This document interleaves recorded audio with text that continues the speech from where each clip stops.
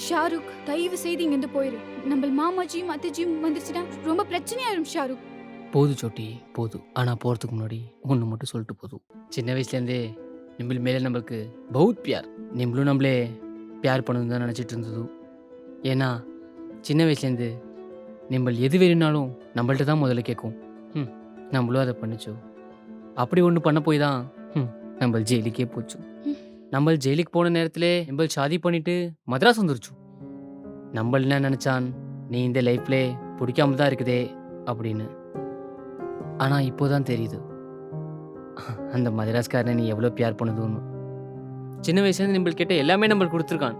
இப்போ நம்ம கேட்குறது நம்ம பியார் கொடுக்குறான். ஷாருக் கான் கொடுக்குறான். अच्छा रहे छोटी.